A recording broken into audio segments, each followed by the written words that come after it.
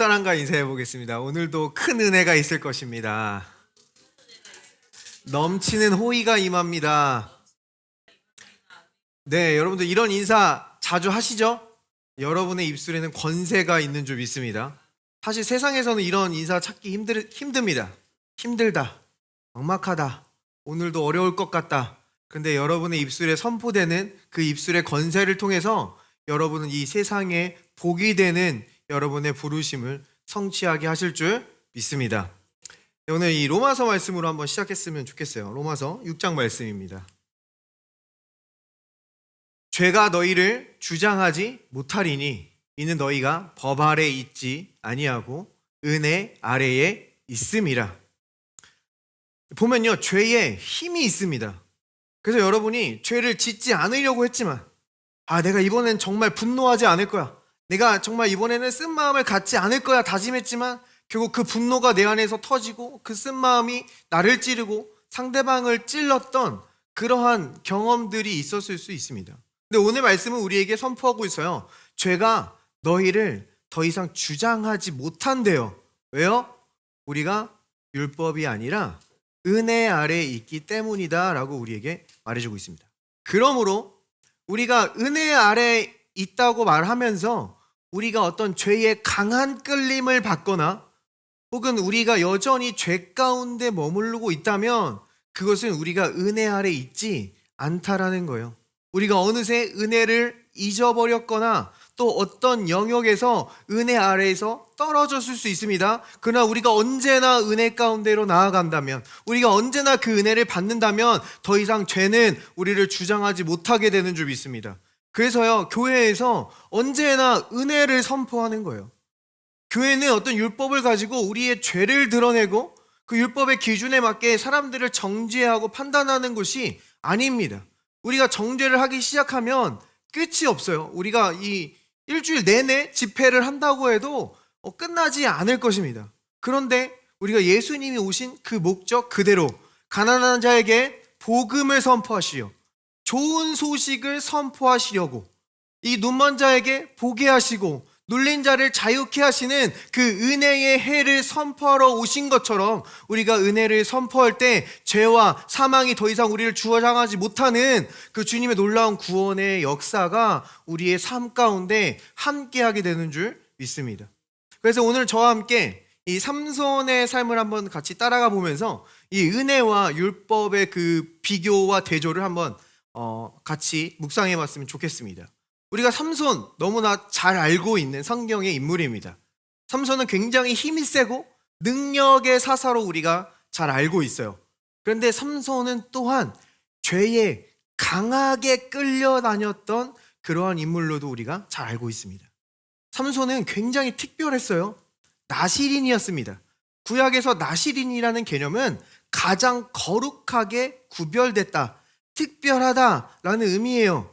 자, 그런데 이 나실인이라는 건요, 삼손에게 직접적으로 다가오는 의미는 구약의 모든 율법을 다 지키고 거기에다가 나실인의 율법 또한 지켜야 된다라는 의미입니다. 모든 율법을 다 지키고 부정한 것을 피하고 거기에다가 이제 머리에 삭도도 되지 않아야 되고 이 포도주도 멀리해야 되고 시체와 부정한 것을 피해야 되는 그 나실인의 율법까지 더해진다라는 의미예요. 그러니까요, 어떠한 면에서 이 삼손은요, 가장 강력한 율법 아래 놓였던 사람이라는 겁니다. 그는 가장 특별하게 구별된 나실인이었지만 가장 강력한 율법 아래 있었고 결국 삼손은 사사기에서 가장 죄에 강력하게 이끌려 다녔던 인물로 우리가 발견하게 된다라는 겁니다. 자, 삼손은요, 이 블레셋 여인과 혼인을 했습니다. 이스라엘, 그냥 평범한 이스라엘 백성들, 나실인이 아닌 사람들도 이 언약 백성이 아닌 이방인들과 결혼하지 않았어요. 그런데 심지어 이방인들 중에서도 지금 당장 이스라엘을 괴롭히고 있는 그 블레셋 여인과 결혼하는 모습을 보여줘요. 부모님이 있었지만 그의 가르침들을 업신여기고 자신의 눈에 보기에 좋은 대로만 행하는 모습을 성경은 우리에게 보여줍니다. 자, 삼손을 사사기에서 이렇게 표현하는 것을 볼 수가 있어요. 올라와서 자기 부모에게 말하여 이르되 내가 딥나에서 블레셋 사람의 딸들 중에서 한 여자를 보았사오니 이제 그를 맞이하여 내 아내로 삼게 하소서 하며 그의 부모가 그에게 이르되 내 형제들의 딸들 중에나 내 백성 중에 어찌 여자가 없어서 내가 할례 받지 아니한 블레셋 사람에게 가서 아내를 맞으려 하느냐 하니 삼손이 그의 아버지께로 이르되 내가 그 여자를 좋아하오니 나를 위하여 그 여자를 데려오소서 하니라. 자, 여기서 삼손이 선택을 하는 그의 기준이 무엇입니까? 내가 그 여자를 좋아하니까 내게 데려오소서라고 말해주고 있어요. 내가 좋아하니까 데려오소서. 저기 지금 이 한글 성경에는 뉘앙스가 잘 안 살아나고 있는데요. 지금 이 표현이 뭐냐면 이 여자가 내 눈에 옳다라는 겁니다. She is right in mind's eye. 이게 영어 문법에 조금 안 맞을 수 있는데 고어라서 그렇습니다. 이 내 눈에 옳다라고 지금 말해주고 있어요. 내 눈에 옳은 대로 행했다. 자, 이것은 단순히 삼손에게만 포함되는 그런 표현이 아니에요.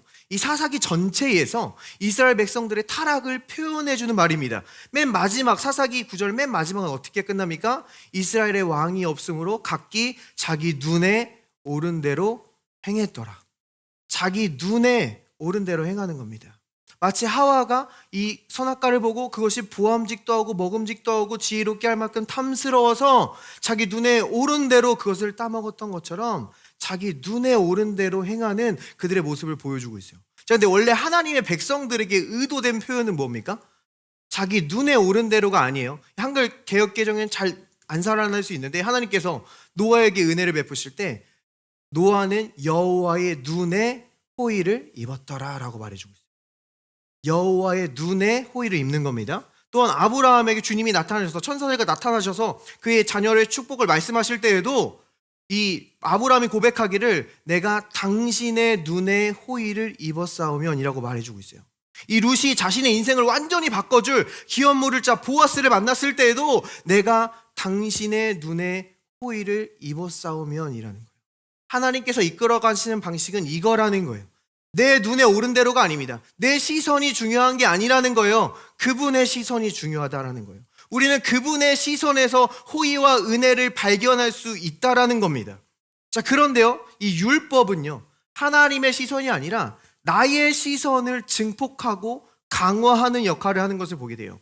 바울은 이 자신의 서신서에서 이렇게 말합니다. 율법은 죄의 힘이다. 죄의 권능이다라고 말해주고 있어요. 바울은 율법이 자신에게 탐내지 말라라고 말하지 않아서 자기가 탐내지 않으려고 그렇게 노력하지 않았더라면 내 안에 탐심이 있는 것을 몰랐을 거다라고 고백하고 있어요. 그러니까요, 내가 율법이 탐내지 말래요. 그래서 열심히 탐내지 않으려고 하는데 여전히 탐내고 있는 자신을 발견할 수밖에 없다라는 거예요. 좀 쉬운 표현으로 탄산음료를 굉장히 좋아하는 사람이 있습니다. 근데 그에게 콜라를 먹지 마시오라는 엄청난 율법이 딱 와요. 그러면 이게 건강에 안 좋으니까 그래 이제 콜라를 먹지 말아야겠다 합니다. 근데 그때부터 자신이 콜라를 정말 강렬하게 좋아했다라는 것을 깨닫기 시작합니다. 어떠한 음식을 봐도 콜라가 생각나요. 저 치킨 콜라랑 페어링해서 먹으면 진짜 맛있겠는데, 피자 정말 맛있겠는데, 너무 강렬하게 느껴집니다. 그래서 원래 하루에 한 캔밖에 마시지 않았지만 그 율법이 온 뒤로는 하루에 5캔씩 마시고 있는 자신을 발견하게 된다라는 거예요. 이제는 이제 자녀들에게 좀 좋게 말해야지, 온유하게 말해야지, 부드럽게 말해야지 결심합니다. 그런데 아침에 일어나자마자 일어나라 10번을 얘기했지만 일어나지 않는 자녀를 보면서 아침부터 짜증이 올라오는 자신을 발견하게 된다는 거예요. 저희 가정 얘기하는 거 아닙니다. 제가 예를 들기 위해서 지금 지어낸 거예요. 근데 저는 지금 어떤 건강 문제나 육아의 문제를 얘기하는 게 아니라 지금 율법이 죄의 권능으로 일하는 것을 설명하고 있는 거예요. 삼손의 이야기를 볼게요. 삼손도요, 지금 나시린의 율법이 주어졌어요. 그는 포도 근처에도 못 갔습니다. 이 껍질과 씨도 절대 가까이 하지 말라고 했어요. 그런데 그가 이 블레셋으로 부모님과 함께 혼인잔치에 내려갈 때 부모님은 다른 길로 가게 하고 자신은 포도원으로 직행하는 모습을 보여줘요. 포도원이 굉장히 강렬하게 삼손을 당겨버리는 그러한 장면을 성경은 우리에게 보여줍니다. 그리고 이 나시린은요, 이 시체를 만지면 안 됐어요. 부정하게 여겨졌습니다. 그런데 이 삼손은 맨손으로 사자를 찢겨 죽이고 그 사자의 벌꿀이 고이자 그 시체 가운데에서 꿀을 퍼먹는 모습을 보여줘요. 자기만 먹는 게 아니라 부모님에게도 줍니다. 그리고 그것을 자신의 무용담으로 만들어서 블레셋에 가서 혼인잔치 때 자신의 어떤 수수께끼를 만들어서 그것으로 유희를 즐기는 모습을 우리에게 보여주고 있다는 거예요. 삼손에겐 강력한 율법이 주어졌지만 더 강력하게 죄에 끌리는 모습을 성경은 우리에게 보여준다는 겁니다. 이것은 율법이 악하기 때문이 아니에요. 율법의 디자인대로 작동하고 있는 겁니다. 율법은 우리가 그것을 지켜서 의롭게 되기 위함이 아니라 그것으로 우리의 죄를 드러내기 위함이기 때문에 우리가 율법 앞에 서게 된다면 우리는 더욱더 강력한 죄의 끌림을 느낄 수밖에 없는 줄 믿습니다. 자, 그러면 이 율법과 반대되는 은혜는 무엇입니까?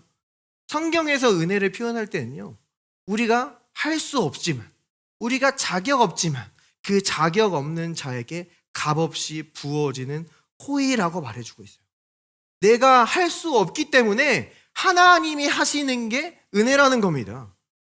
하나님께서 나를 위해 일하시고 내 안에서 역사하시고 나를 통해서 역사하시고 내 주변 환경에서 역사하시겠다라는 것이 은혜라는 거예요. 그래서 은혜는요, 우리에게 변화되어라 요구하지 않아요. 은혜는요, 변화된다라고 얘기합니다. 우리는 그것을 받아들이고 믿는 거예요. 이 율법은 이 완전히 깡마른 가지에게 너는 그럼에도 불구하고 열매 맺으라 요구해요. 열매 못 맺으면 다른 열매라도 갖다 붙여놔라고 요구합니다. 그래서 우리는 가면을 쓰게 돼요. 지키는 척 하게 됩니다. 그런데 은혜는요, 그 깡마른 나무에게 그 생명수 수액을 공급함으로 반드시 열매 맺게 한다는 거예요.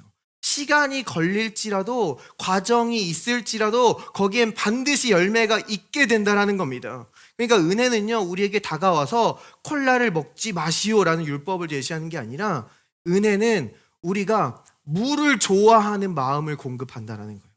어느덧 물이 너무 좋아져요. 물 맛을 알아버립니다. 요 물은 이 맛이고 저 물은 저 맛이네. 더 맛있는 물을 찾아다니기 시작해요. 그리고 갑자기 내 안에 러닝에 대한 욕구를 줍니다. 러닝을 시작하게요. 그럼 러닝하면서 콜라를 마실 수는 없잖아요. 그래서 물을 마시기 시작합니다. 생활 패턴과 방식이 아예 변화시켜버린다라는 거예요. 그래서 우리가 그것에 더 이상 콜라에 쓸 돈과 시간과 에너지가 우리에게 남아있지 않게 변화시켜버린다라는 거예요. 그러므로 우리가 은혜 아래 있다고 하면서 여전히 강력한 죄의 끌림에 있다라고 한다면 그것은 은혜 아래 있다는 것이 아니라는 거예요. 왜 자꾸 지금 이 행위와 생활 방식에 대해서 이야기하는 겁니까? 은혜에서도 그것을 다룹니까? 라고 질문할 수도 있어요. 물론 이 우리의 생활 방식과 행위가 우리가 의롭게 되는 데는 전혀 관여할 수 없는 줄 믿습니다. 우리가 예수 그리스도의 보혈로 의롭게 되었고 우리는 예수 그리스도를 믿음으로 은혜로 구원받고 영생을 얻게 된 줄 믿습니다. 그런데 이 은혜가 우리에게 있다면 죄가 우리를 다스릴 수 없기 때문에 우리는 더 이상 그 죄 가운데 계속 불법적인 일에 연루되고 그 죄 가운데 허덕이면서 살아갈 수가 없게 된다라는 거예요. 그럼 이 말씀을 전하시는 목사님은 많이 변했습니까? 라고 물어볼 수 있어요. 네, 저는 변했습니다. 이전과 같지 않아요. 저랑 같이 가까이 있는 제 아내가 잘 알고 있습니다. 그럼 목사님은 완벽합니까? 아니요, 완벽하지 않아요. 저랑 가까이 있는 제 아내가 잘 알고 있습니다. 그런데 제가 저 안에 있던 죄를 사랑하는 마음이 주님을 사랑하는 마음으로 바뀌고 나 혼자 끊을 수 없던 그 죄의 강력한 연결고리가 주님과 끊을 수 없는 강력한 연결고리로 바뀐다는 거예요. 내가 실수하고 넘어지지만 주님께서는 덮어주시고 가려주셔서 보이지 않게 하시고 내가 그리스도 안에서 하나님의 의임을 계속해서 우리 안에서 증거하신다는 겁니다. 우리에게 죄의 유혹이 다가올 수 있어요. 그러나 우리가 은혜 아래 있으면 그 죄의 유혹이 힘없이 무너져가는 것을 우리는 실제적으로 경험할 수 있는 줄 믿습니다. 그래서요, 마귀는 이 은혜가 우리에게 온전히 선포되기를 원치 않아요. 어떻게든 율법과 섞이게 합니다. 죄가 여전히 우리의 삶을 다스리길 원하기 때문이에요. 그래서 이 갈라디아 교인들도요, 바울이 사역하는 교회였지만 충만한 은혜를 받은 교회였지만 어느덧 가만히 율법을 전하는 세력과 가르침이 들어오는 것을 경계하면서 바울이 권면하는 본문이 있습니다. 갈라디아에서 바울은 이렇게 이야기합니다. 어리석도다 갈라디아 사람들아, 예수 그리스도께서 십자가에 못 박히신 것이 너희 눈앞에 밝히 보이거늘 누가 너희를 꾀더냐. 자, 이 본문은 계속해서 율법과 은혜를 대조하면서 지금 이 말씀을 꺼내면서 이 율법을 가지고 가만히 들어온 자들이 너희를 꾀고 있다, 속이고 있다라고 말해주고 있는 거거든요. 근데 여기서 이 꾀다라는 이 단어에 해당하는 이 헬라어는요, 주술을 걸다, 마술을 걸다라는 단어예요. 그러니까 우리가 어떤 영적인 주술들, 막 귀신들이 역사하고 누르는 그런 것들은 경계하지만 지금 사도 바울이 경계하는 이 매직과 마술이 뭐예요? 우리가 율법과 섞이게 하는 마술을 지금 경계하고 있다는 거예요. 강력한 마술이 지금 우리가 율법에서 떨어지지 못하게끔 엮고 있는 것을 경계하고 있다는 겁니다. 그럼 이것이 지금 우리를 어떻게 속입니까? 구체적으로 바로 뒤에서 이야기해주고 있어요. 내가 너희에게서 다만 이것을 알려 하노니 너희가 성령을 받은 것이 율법의 행위로냐 혹은 듣고 믿음으로냐. 이것을 우리가 어떻게 속이냐면요, 우리가 하나님께 받을 수 있는 방법이 마치 두 가지인 것처럼 속인다는 거예요. 우리가 하나님께 듣고 믿음으로 받는 게 아니라 율법의 행위로도 우리가 무언가 하나님께 받을 수 있는 것처럼 우리를 속이고 주술을 건다라고 우리에게 말해주고 있는 겁니다. 자, 다시 삼손의 이야기로 돌아와 볼게요. 삼손은요, 블레셋으로부터 이스라엘 백성들을 구원하기 위해 구별된 사사입니다. 그러면 이 블레셋은 누구입니까?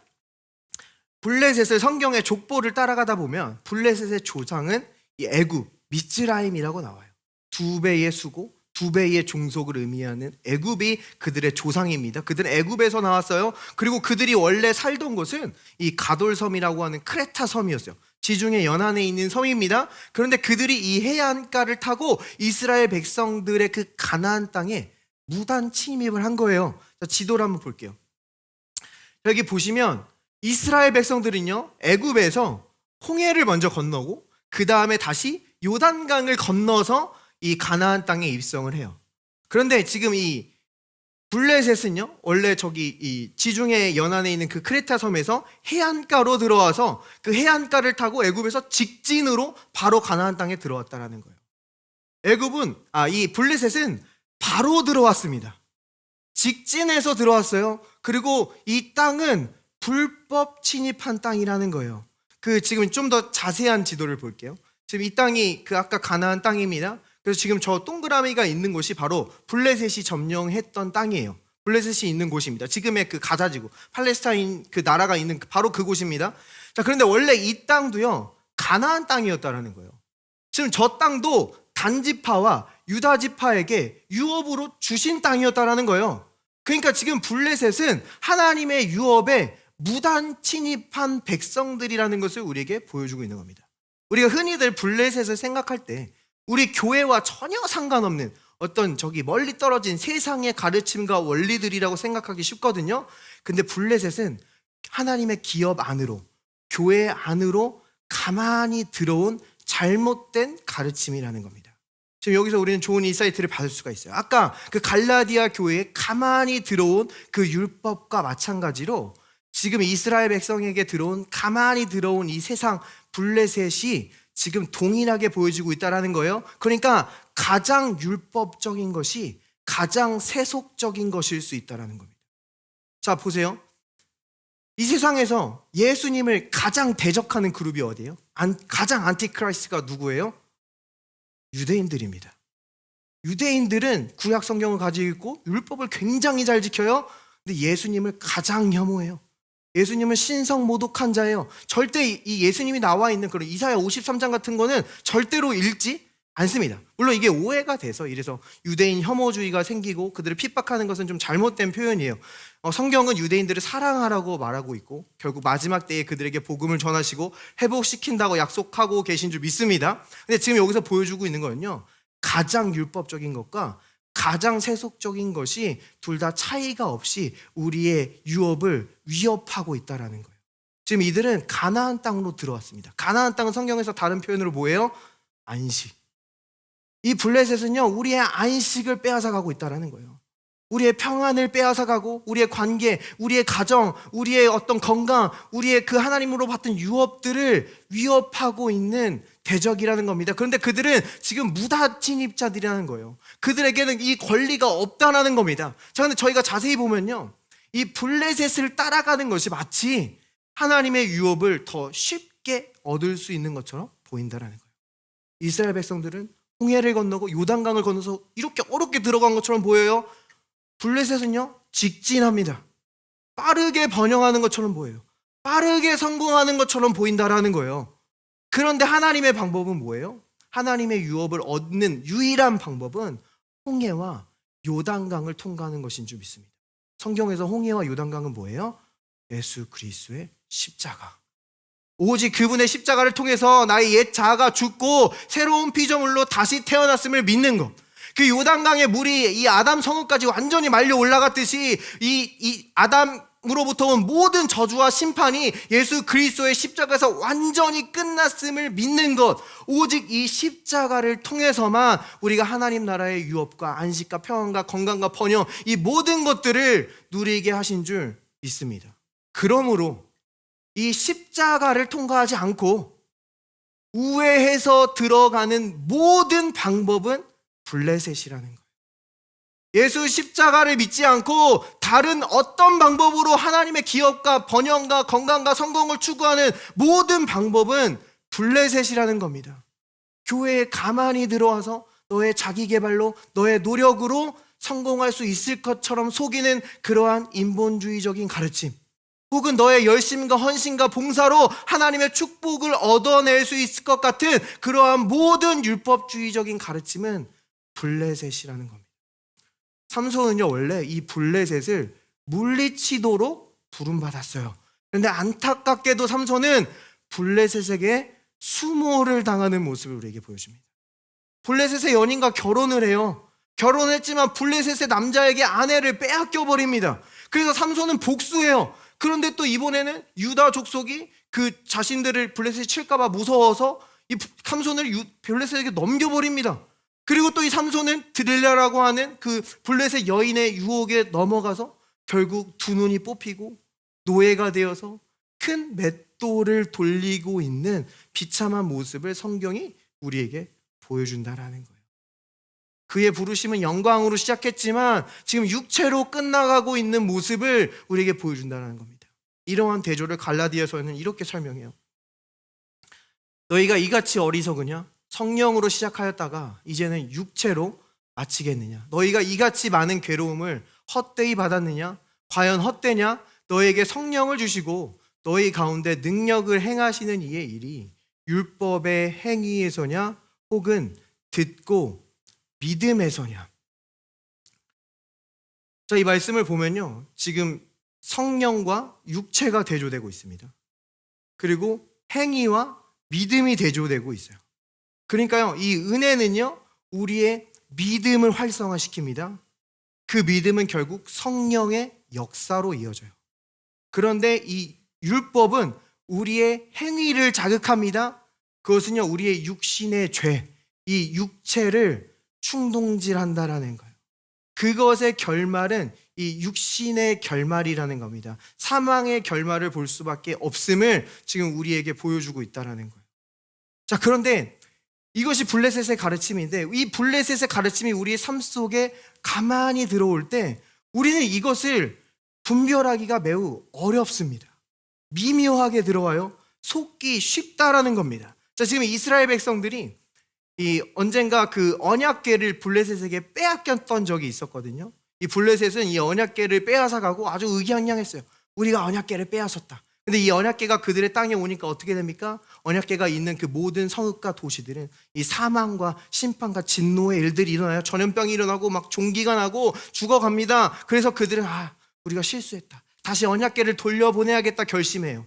그들의 이 우상들은 언약궤가 가는 것보다 그냥 픽픽 쓰러졌어요. 그들은 더 이상 견딜 수 없었습니다. 그래서 이 언약궤를 다시 이 이스라엘 땅으로 돌려보내는데, 그때 그들은 이 소가 이끄는 수레에 언약궤를 실어서 보냅니다. 그래서 언약궤가 이스라엘 땅으로 왔어요. 근데 그때 이 언약궤에 관심 있는 자가 아무도 없었어요. 언약궤는 우리 주님을 나타냅니다. 그래서 이 언약궤가 한동안 방치되는 모습을 보여줘요. 근데 우리 주님을 향한 마음이 있는 자 다윗이 일어납니다. 다윗은 이 언약궤를 찾기 시작해요. 언약궤와 가까이 있고 싶어 합니다. 그래서 이 언약궤를 옮기려고 하는데, 안타깝게도 이 다윗은 블레셋의 방법을 사용하는 모습을 보여준다라는 거예요. 다윗은 분명히 토라에 굉장히 익숙했습니다.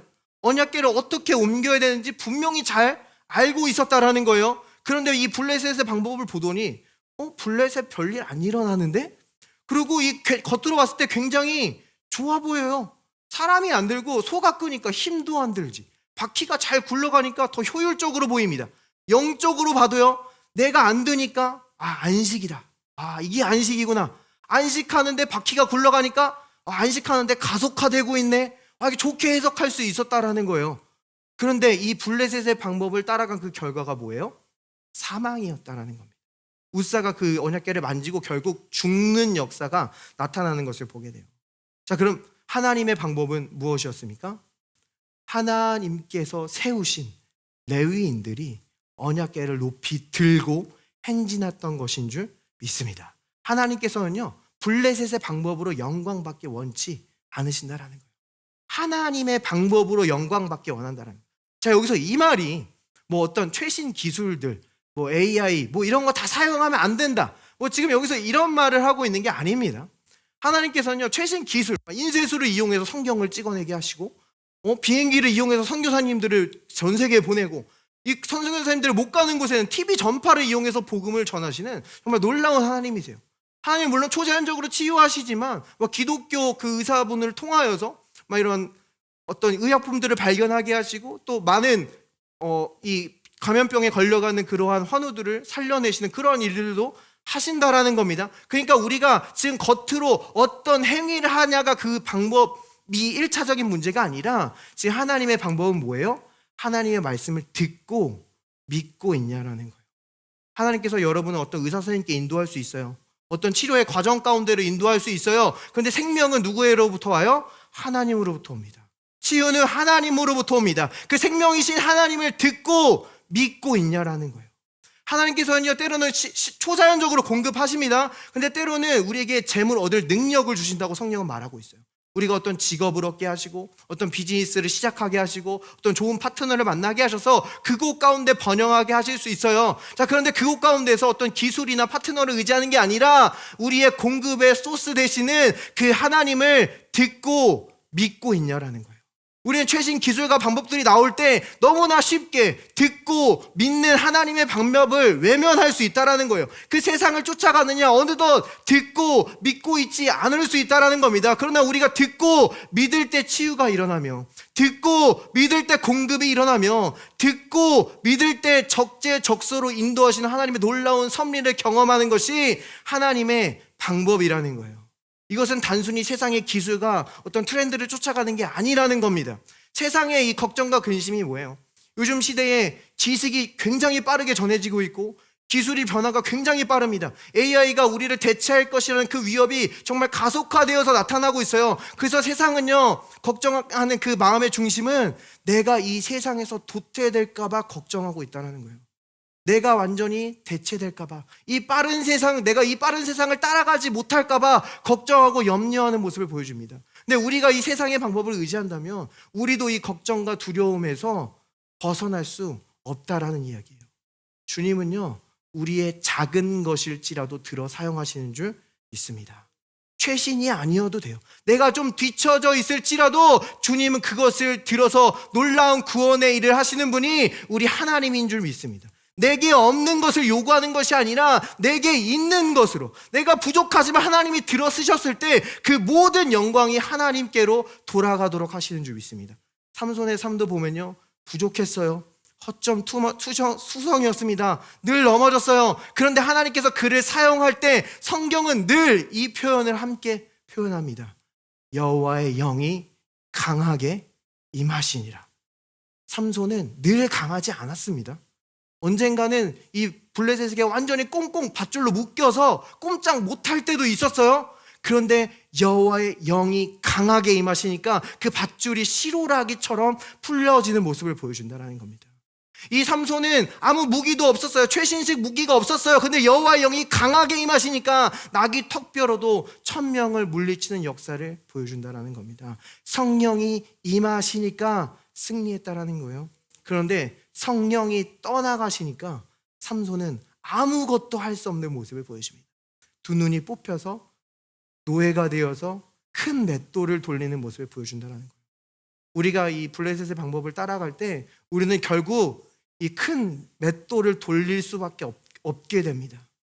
이 굴레 속으로, 이 속박 속으로 들어올 수밖에 없게 돼요. 늘 세상을 따라잡아야 되고, 늘 세상과 비교하게 되고, 늘 나의 연약함을 의식하고, 늘 나의 죄악을 의식하면서 이 두 눈이 뽑혀서 시야가 완전히 가려집니다. 미래를 보지 못해요. 나는 지금 열심히 일하는데 소망이 없어요. 그저 힘들게 맷돌만 돌리고 있을 뿐이라는 겁니다. 삼손은 안타깝게도 이 길을 선택했어요. 아이러니합니다. 삼손은 블레셋으로부터 이스라엘을 구원하도록 구별되었지만 그는 블레셋을 사랑했어요. 그들로부터 블레셋과 싸웠지만 블레셋의 여인들에게로 찾아가 참된 안식과 평안을 누려보려는 그의 시도가 보여졌다는 겁니다.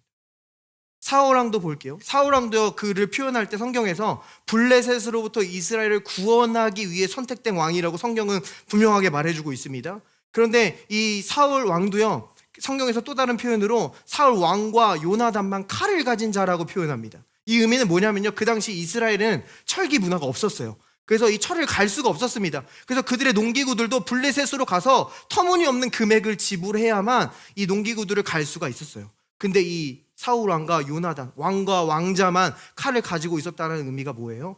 가장 여호와를 의지하고 블레셋을 몰아내야 될 사람이 가장 블레셋을 의지하고 있는 모습을 보여준다는 거예요.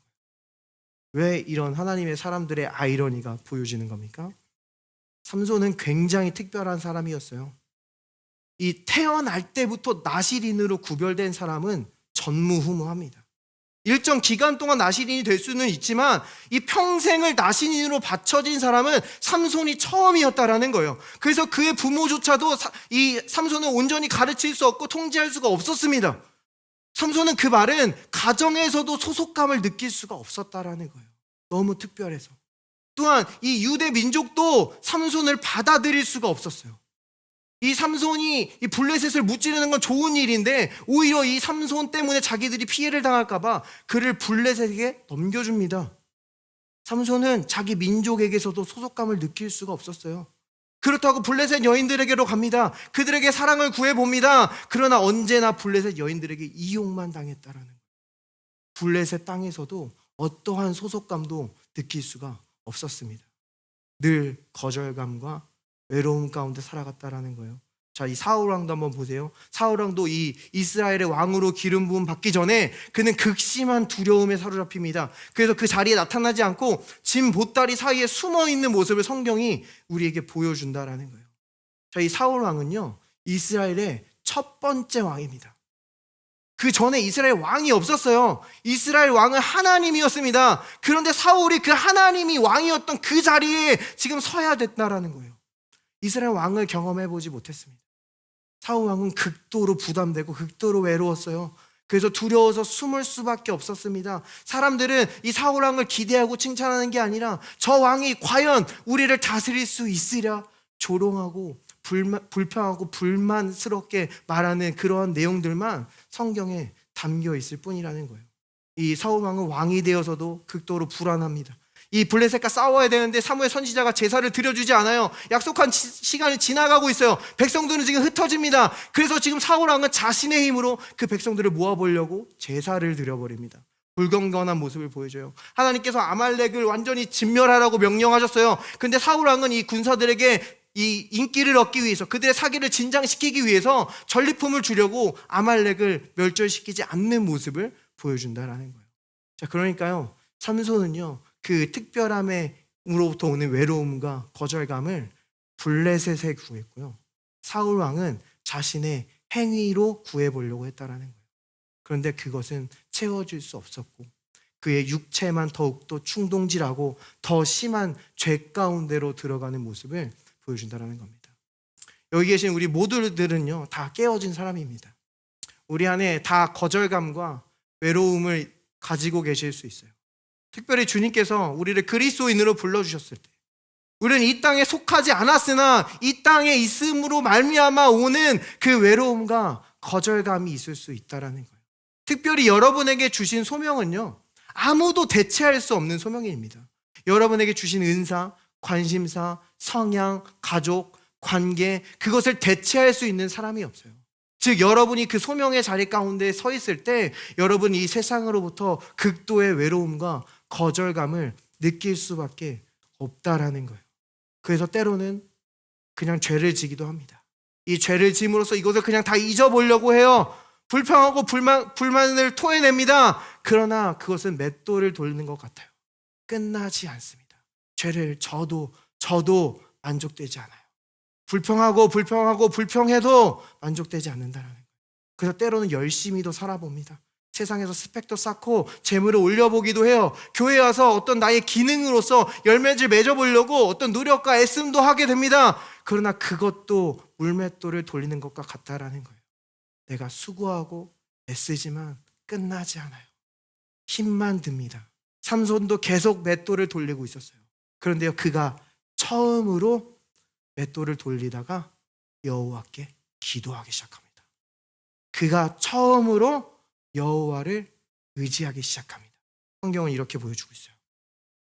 삼손이 여호와께 부르짖어 이르되 주 여호와여 구하옵나니 나를 생각하옵소서. 하나님이여 구하옵나니 이번만 나를 강하게 하사 나의 두 눈을 뺀 블레셋 사람에게 원수를 단번에 갚게 하옵소서 하고, 삼손이 집을 버틴 두 기둥 가운데 하나는 왼손으로 하나는 오른손으로 껴 의지하고, 삼손이 이르되 블레셋 사람과 함께 죽기를 원하노라 하고 힘을 다하여 몸을 굽힘에 그 집이 곧 무너져 그 안에 있는 모든 방백들과 온 백성에게 덮이니 삼손이 죽을 때에 죽인 자가 살아있을 때에 죽인 자보다 더욱 많았더라. 삼손이 지금 두 기둥을 끄고 지금 끌어안고 이 굽혔다라고 표현하고 있는데요, 이 히브리어 단어는요, 뉘앙스가 푸시가 더 맞습니다. 두 기둥을 민 거예요. 지금 이 뉴킹 제임스에서는 잘 보여주고 있죠. 두 기둥을 삼손이 밀어서 무너뜨린 겁니다. 자, 이것은 지금 우리에게 무슨 그림을 보여주고 있습니까? 예수님의 십자가. 지금 뒤에 뭐라고 말해주고 있어요? 삼손이 죽을 때에 죽인 자가 살았을 때 죽인 자보다 더욱 많았더라. 예수님께서 살아 계셨을 때 고친 사람들보다 주님께서 채찍에 맞으시고 죽으심으로 그 십자가를 믿는 자들에게 공급하신 치유와 생명이 더욱 큰 줄 믿습니다. 주님께서 이 땅에서 억눌린 자들을, 죄에 눌린 자들을 자유케 하신 것보다 주님께서 십자가에서 그분의 보혈을 흘리심으로 그 보혈을 믿는 자들에게 주신 자유함이 더욱 큰 줄 믿습니다. 주님께서 이 땅을 돌아다니면서 오병이어를 공급하시고 많은 공급을 이루셨지만 주님께서 십자가에서 가난해지심으로 우리를 부욕케 하신 그 십자가의 공급이 더욱 큰 줄 믿습니다. 삼손은요, 이제 더 이상 다른 우회로가 아니라 이 십자가의 자리에 섰을 때야 블레셋을 이기라고 부름받은 그의 소명이 온전히 성취되는 것을 경험할 수 있었던 줄 믿습니다. 우리 말씀을 마무리하겠습니다.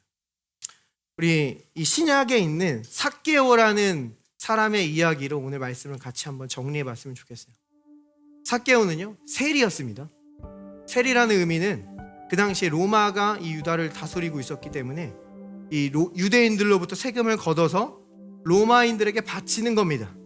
근데 이 세금을 걷을 때 그 당시 세리들은 세금만 걷는 게 아니라 자신의 유익을 위해서 자신의 주머니에 넣을 돈을 또 따로 걷었어요. 그러니까요, 이 삭개오는요, 어디에도 소속감을 느낄 수 없었던 사람이라는 거예요. 유대인들은 삭개오를 싫어했습니다.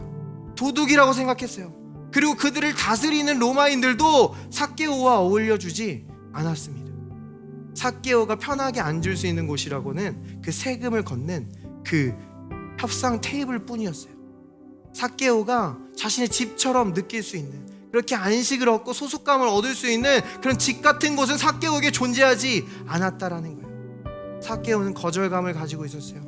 외로움 속에 살고 있었습니다. 그런데 그는 그것을 돈을 쫓는 것으로 해결해 보려고 합니다. 더 악착같이 세금을 걷습니다. 더 많이 걷어요. 그럴수록 육은 충동됩니다. 더 많은 사람들의 눈에서 눈물이 흐르는 걸 발견하게 돼요. 우리가 삭개오를요, 주일학교로부터 배우면 어렸을 때부터 어떤 키 작은 꼬마 정도로 생각할 수 있어요. 근데 삭개오는요, 거의 갱스터라는 거예요. 위험한 사람들과 어울리는 그러한 사람이었다라는 겁니다. 그런데 이 삭개오에게 예수님이 오신다는 소식이 들려옵니다. 그래서 삭개오는 나무 위로 올라가요. 자, 이 삭개오는 예수님을 만나 구원받고 싶고 그런 마음으로 올라간 게 아니었을 거예요. 지금 유명한 사람이 오니까, 그리고 사람들이 많이 몰린다니까 이것으로 어떻게 비즈니스를 해볼까, 이것으로 어떻게 돈을 더 얻어볼까, 이런 생각으로 올라갔을 거예요. 그런데 예수님께서는 이 삭개오에게 직진하십니다. 그에게 바로 가셔서 삭개오에게 말씀하세요. 가장 처음 말씀하신 게 무엇입니까? 그의 이름을 부르십니다. 삭개오야. 삭개오의 이름의 뜻은요, 의로운 자, 무죄한 자라는 거예요. 주님은 의도적으로 그의 이름을 부르십니다. 의로운 자야, 무죄한 자야. 삭개오는 부정부패했어요. 그의 죄악이 많았습니다. 그러나 그의 이름을 불러주셨어요. 그리고 나서 내가 너의 집에 유하여야겠다 말씀하십니다. 이 말은요, 내가 너의 집에 약속이 있다라는 거예요.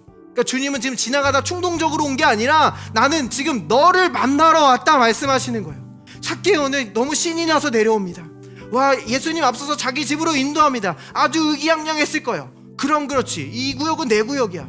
이 구역에서 뭔가 하려면 나를 찾아와야지. 아주 옳은 사람을 찾아왔구만 하고 의기양양하게 예수님을 자기 집으로 인도했을 거예요. 근데 그 집에 가서 예수님이 그와 함께 하셨을 때 그 어떤 대화의 내용도, 어떤 가르침과 어떤 잔소리도 성경은 우리에게 말해주고 있지 않습니다. 단지 예수님이 그와 함께 계셨음을 우리에게 보여줍니다. 예수님의 임재가 그에게 있었음을 보여준다라는 거예요. 그리고 나서 삭개오는 고백합니다. 주님, 나의 재산의 절반을 팔아 가난한 자에게 주겠습니다. 내가 불법으로 취한 게 있다면 4배로 갚겠습니다 라고 고백하는 거예요. 지금 삭개오는요, 어떤 성경 프로그램을 이수한 게 아니에요. 어떤 훈련 과정을 거친 게 아닙니다. 그저 주님의 임재가 그곳에 임했을 뿐인데 그의 마음 가운데 있는 율법과 세상의 시스템이 사랑과 은혜의 시스템으로 새롭게 심겨지는 변화가 나타나는 것을 우리에게 보여준다는 거예요. 주님은 그 삭개오에게 선포하십니다. 오늘 이 집에 구원이 이르렀으니 이 사람도 아브라함의 자손이미로다. 이 말은요, 너는 이제 나의 가족이라는 겁니다. 너는 이제 내 것이라는 거예요. 너는 로마에게도 속하지 못하고 유대에게도 속하지 못했다고 생각했지만 이제는 너는 나에게 속했다라는 겁니다. 이제 너는 내 자녀라는 거예요. 우리가 자녀됨은요, 어떤 돈으로 살 수 없습니다. 우리가 훌륭한 퍼포먼스라고 조건에 갇혀서 아들이 되고 딸이 될 수는 없어요. 아들은 태어나는 겁니다. 우리가 예수님을 믿고 십자가에서 죽고 하나님의 자녀로 태어나는 거예요. 그분의 죽으심과 부활을 그저 받아들인다라는 겁니다. 주님께서 우리의 모든 죄를 지시고 그의 형제들 유대인들에게 완전히 거절당하셨기 때문에, 우리의 모든 죄를 지시고 십자가에서 그의 아버지 하나님께 완전히 버림바 되었기 때문에 우리는 그 그리스도 안에서 하나님께 완전히 받아들여지게 된 줄 믿습니다. 이것은 우리의 어떤 행동과 실수와 전혀 상관이 없어요. 예수님의 십자가가 세워졌던 날, 사실 그날 2개의 나무가 세워졌습니다. 하나는 예수님의 십자가고요, 하나는 가룟 유다가 자신의 목을 매기 위해 세운 나무였습니다. 가룟 유다는 예수님을 은30에 팔아버렸어요. 그러나 후회했습니다. 그래서 다시 대제사장에게로 와서 그 은을 돌려주려고 합니다. 가룟 유다는 지금 제자들에게도 속하지 못했어요. 그런데 이 대제사장에 오니까 그들은 이게 우리와 무슨 상관이냐, 너가 당해라, 유다를 거절합니다. 유다는 지금 어디에도 속해 있지 못했어요. 근데 유다는 그때 잘못된 나무를 선택합니다. 죄책감의 나무, 정죄감의 나무, 거절감의 나무로 갔어요.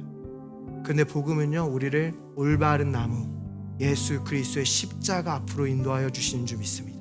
십자가 앞에 가면요, 언제나 말씀하세요. 너는 내 아들이다. 너는 내 딸이다. 너는 내 것이다.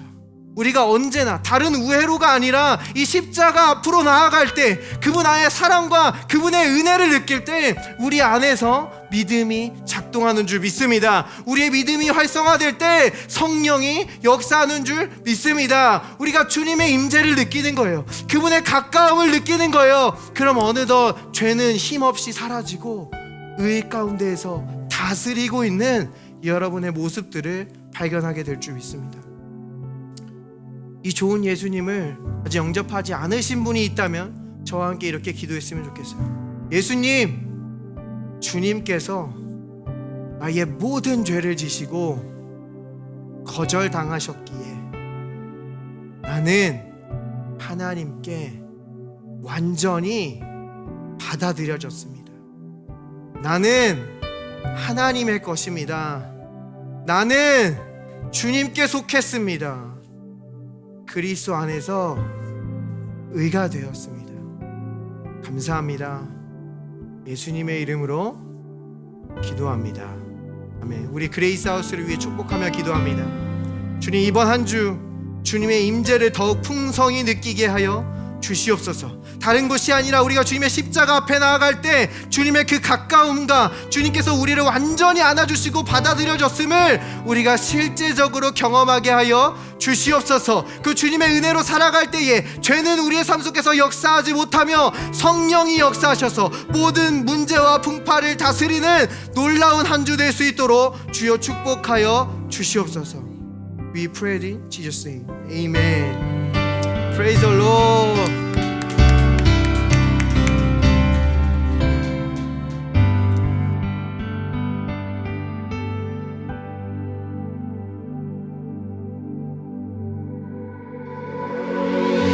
Thank you, Jesus. Thank you for loving me all the time.